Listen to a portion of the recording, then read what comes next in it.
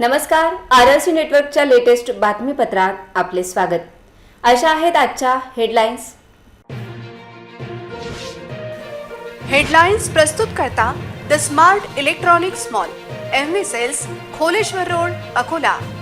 अच्छा प्रोडक्ट, अच्छी क्वालिटी.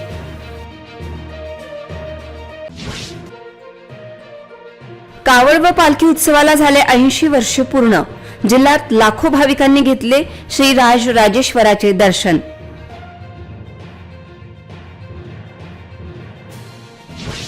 पालखी व कावड उत्सवासाठी अकोलेकरांचा उत्साह शिगेला. कावड व पालखी उत्सव शांततेत पार. सर्वत्र पोळा हे उत्साहात साजरा. महिला कावडधारी राहिल्या नाहीत मागे. कावड यात्रेत मातृशक्तीची मोठी उपस्थिती. विधानसभा निवडणूक डोळ्यासमोर ठेवत नेते मंडळी अग्रेसर. कावड पालखीचे केले पूजन. राजकारण रंगले.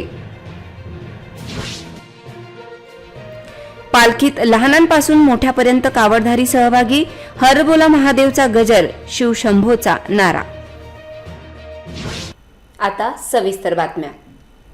श्रावण महिन्याच्या 5व्या सोमवारी कावड आणि पालखीद्वारे पूर्णा नदीच्या पात्रातून जल आणून त्याचा जलाभिषेक करण्याची परंपरा आहे.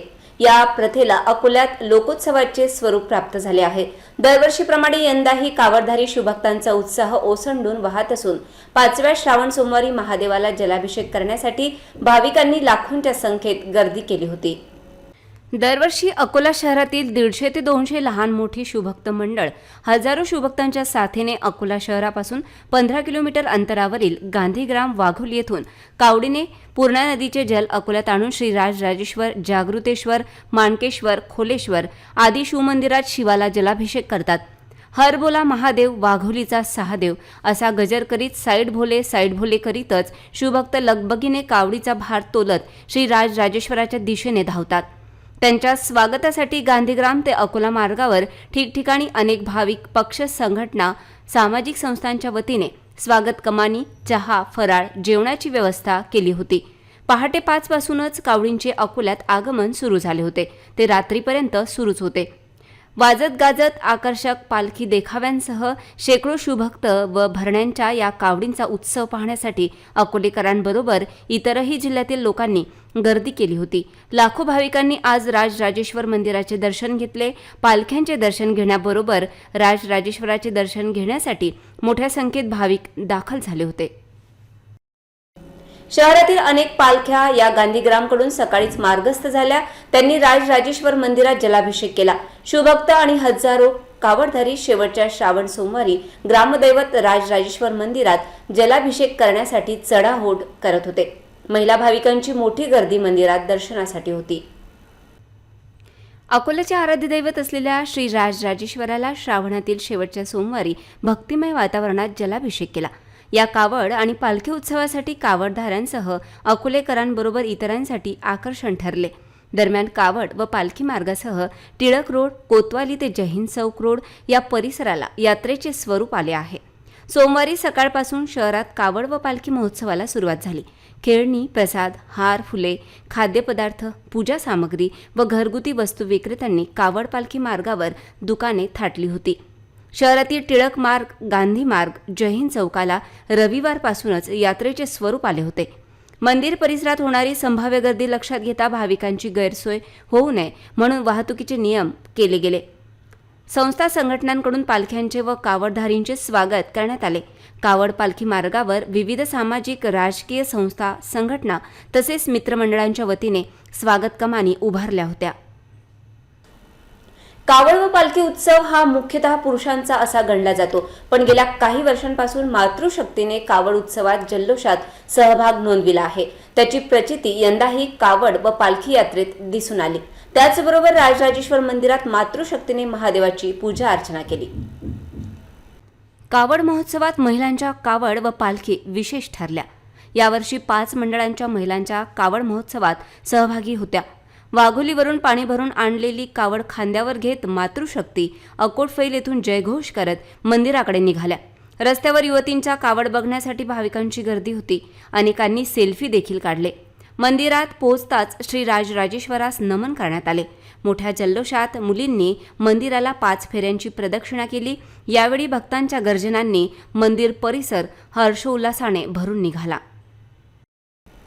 कावड पालखी उत्सवात मानाच्या श्री राजेश्वराच्या पालखीचे पूजनाबरोबर यंदा विविध कावड व पालखी धारकांचे स्वागत करण्यासाठी राजकीय मंडळी अधिक सरसावली होती। यंदा नेत्यांद्वारे कावड पूजन अधिक झाले। विधानसभा निवडणूक डोळ्यासमोर ठेवत नेत्यांनी व राजकीय पक्षांनी जोरदार शक्ती प्रदर्शन केले।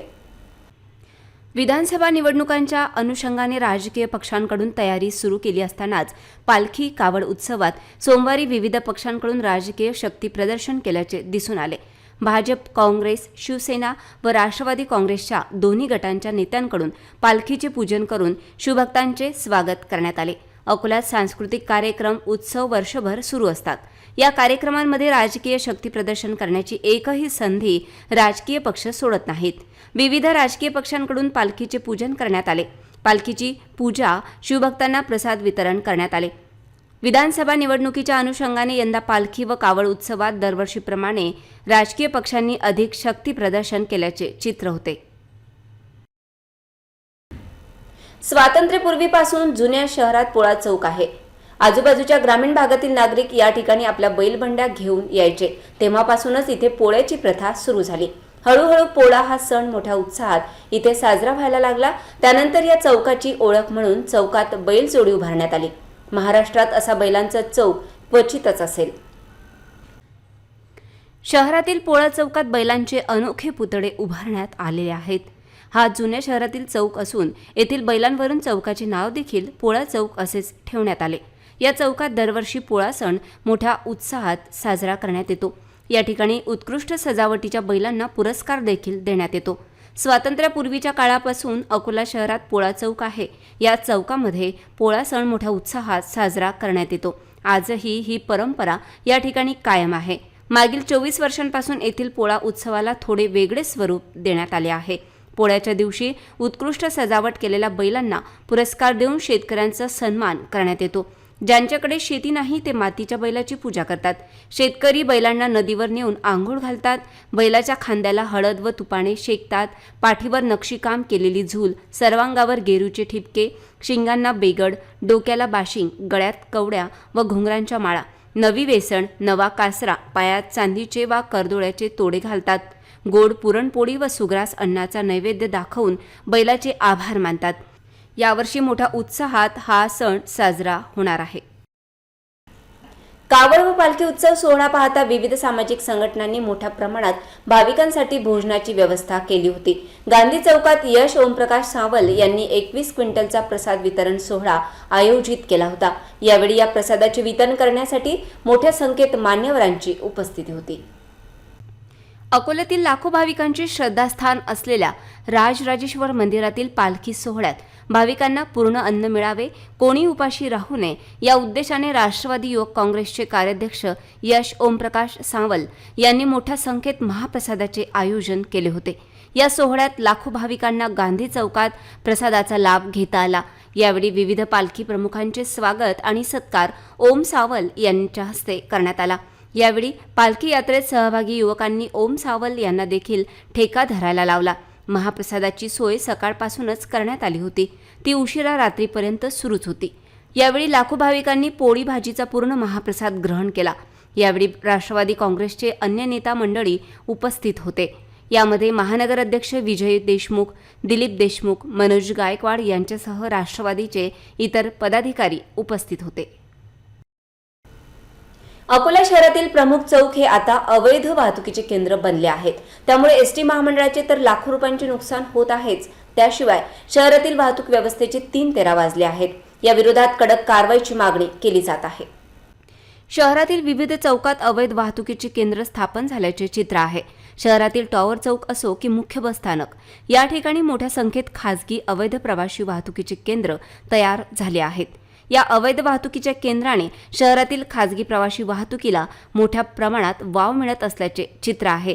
शहरातील या अवैध वाहतुकीमुळे एसटी महामंडळाचे रोज लाखो रुपयांचे नुकसान होत आहे। हे नुकसान टाळण्याची गरज आहे। या अवैध प्रवासी वाहतुकीमुळे मोठ्या प्रमाणात शहरात अपघात वाढले असून खासगी प्रवासी वाहतुकीचे अवैध केंद्र हे तात्काळ हटविणे गरजेचे आहे। शहरातील अवैध वाहतुकीच्या केंद्रांबरोबर शहरात राष्ट्रीय महामार्गावर उभ्या राहणाऱ्या खासगी बसेस या मोठ्या समस्या निर्माण करणाऱ्या आहेत. या खासगी बसेस शहरातील एंट्री पॉइंटला उभ्या राहत असून त्यामुळे अनेक अपघात रोज महामार्गावर होतात. खासगी प्रवासी वाहतुकीची समस्या कायम असताना खासगी लक्झरी बसेस या मोठी समस्या म्हणून समोर आल्या आहेत. खासगी लक्झरी बस स्थानक असताना अशा प्रकारे महामार्गावरील लक्झरी बसेसचे अनधिकृत थांबे हटविण्याची गरज असताना महापालिका, वाहतूक पोलीस, आरटीओ या समस्येकडे दुर्लक्ष करत असल्याचे चित्र आहे. अशा प्रकारे खासगी लक्झरी बसेस रस्त्यावर उभ्या राहिल्याने त्यामुळे होणारे अपघात थांबविण्यासाठी पुढाकार घेण्याची गरज आहे. शहरातील विविध भागात नागरिकांना मोठ्या संख्येत असलेल्या मोकाट जनावरांमुळे त्रास सहन करावा लागत आहे. महापालिकेच्या दुर्लक्षामुळे नागरिकांच्या समस्येत वाढ झाल्याचे चित्र आहे. शहरातील नागरिकांना मोकाट जनावरांचा चांगलाच फटका बसतो.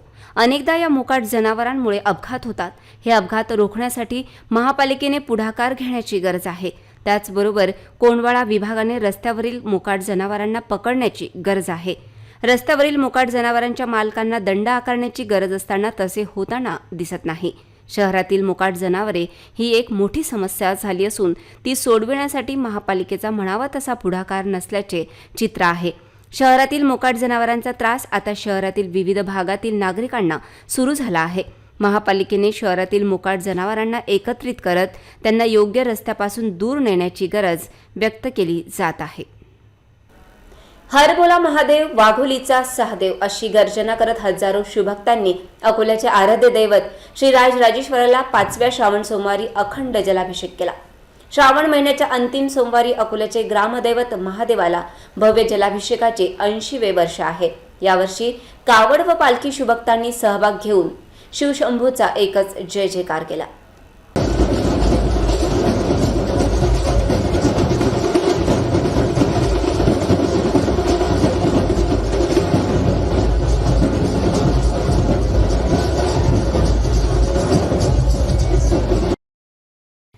श्री राजराजेश्वर मंदिरातील शिवलिंगाला पवित्र जलाने अभिषेक करण्यासाठी सकाळपासून भाविक भक्तांनी गर्दी केली होती. लहान मुलांपासून युवक आणि आबालवृद्ध यांनी मनोभावे पिंडीला जल अर्पण करून नगराच्या कल्याणासाठी प्रार्थना केली. कावड महोत्सवासाठी प्रशासनाकडून सुसज्ज व्यवस्था करण्यात आली होती. मंदिरासह संपूर्ण यात्रा मार्गावर सुरक्षेच्या दृष्टीने पोलीस तैनात होते. मंदिरापासून जयहिंद चौक, सिटी कोतवाली, गांधी चौक, जुना कापड बाजार परिसर, शिवाजी महाविद्यालय, अकोटफैल, कावड आणि पालखीचा मार्ग होता. येथून सर्व कावड आणि पालखी या मार्गाने वाजत गाजत श्री राजराजेश्वर मंदिरात आल्या. कावड व पालखी मार्गावर भाविकांनी गर्दी केली होती. मार्गावर भक्तांकडून जल्लोष केला जात होता. रात्रीपर्यंत श्री राजराजेश्वराला भव्य जलाभिषेक करण्यात आला. महोत्सवात मानाच्या श्री राजराजेश्वर मंडळ, श्री जागेश्वर, श्री माणकेश्वर आणि श्री खोलेश्वर मंडळाच्या पालख्याच्या दर्शनासाठी भाविकांची गर्दी होते. या पालख्यांचे ठिकठिकाणी गुलाल, पुष्प उधळत स्वागत झाले. तसेच सामाजिक व राजकीय मंडळांकडून पालखीवरील शिवलिंगाला अभिषेक करून पूजन करण्यात आले. मानाच्या पालख्या दुपारी राजराजेश्वर मंदिरात पोहोचल्या. अकोल्याच्या ऐतिहासिक कावड व पालखी महोत्सवात 150 वर मंडळांनी सहभाग घेतला. मंडळांकडून पारंपरिक देखावे उभारण्यात आले होते. यामध्ये शिवाच्या विविध रूपांचे दर्शन भाविकांना झाले. उमामहेश्वर, अर्धनारीश्वर, पशुपती, शिवपार्वती, तांडवधारी असे विविध भावविभोर करणारे शिवाचे रूप भक्तांना झाले. याशिवाय पालखी, कावडधारी, चिमुकल्यांनी लक्ष वेधून घेतले होते. कावड महोत्सवात चिमुकल्यांचे कावड खास आकर्षणाच्या ठरल्या होत्या. 5 वर्षांपासूनची मुलं आपल्या खांद्यावर लहान लहान भरण्यांमधून कावड वाहून नेत होते. चिमुकल्या कावडधारींसोबत फोटो काढण्यासाठी भक्त उत्सुक होते. पुन्हा पाहूया आजच्या हेडलाईन्स. हेडलाइंस प्रस्तुत करता the smart electronics mall, MV sales, Kholeshwar road, Akola. अच्छा प्रोडक्ट, अच्छी क्वालिटी.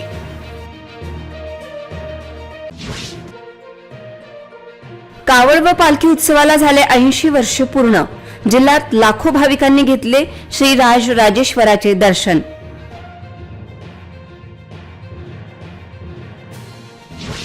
पालखी व कावड उत्सवासाठी अकोलेकरांचा उत्साह शिगेला. कावड व पालखी उत्सव शांततेत पार. सर्वत्र पोळा हे उत्साहात साजरा.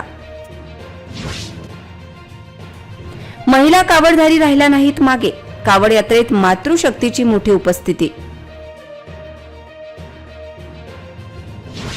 विधानसभा निवडणूक डोळ्यासमोर ठेवत नेते मंडळी अग्रेसर, कावड पालखीचे केले पूजन, राजकारण रंगले.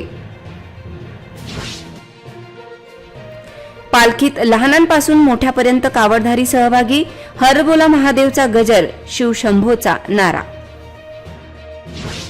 बातम्यांसाठी तुम्ही पाहत रहा RRC न्यूज. 2 लाखांपेक्षा अधिक दर्शकांनी RRC डिजिटल अकोला हे YouTube चॅनल सबस्क्राईब केले आहे. तेव्हा तुम्ही कसली वाट पाहत आहात? तुम्ही पण सबस्क्राईब करा आणि बेल आयकॉन क्लिक करत RRCच्या बातम्या निरंतर पहा. पुन्हा भेटूया ताज्या बातम्यांसह नवीन बातमीपत्रात. तोवर नमस्कार.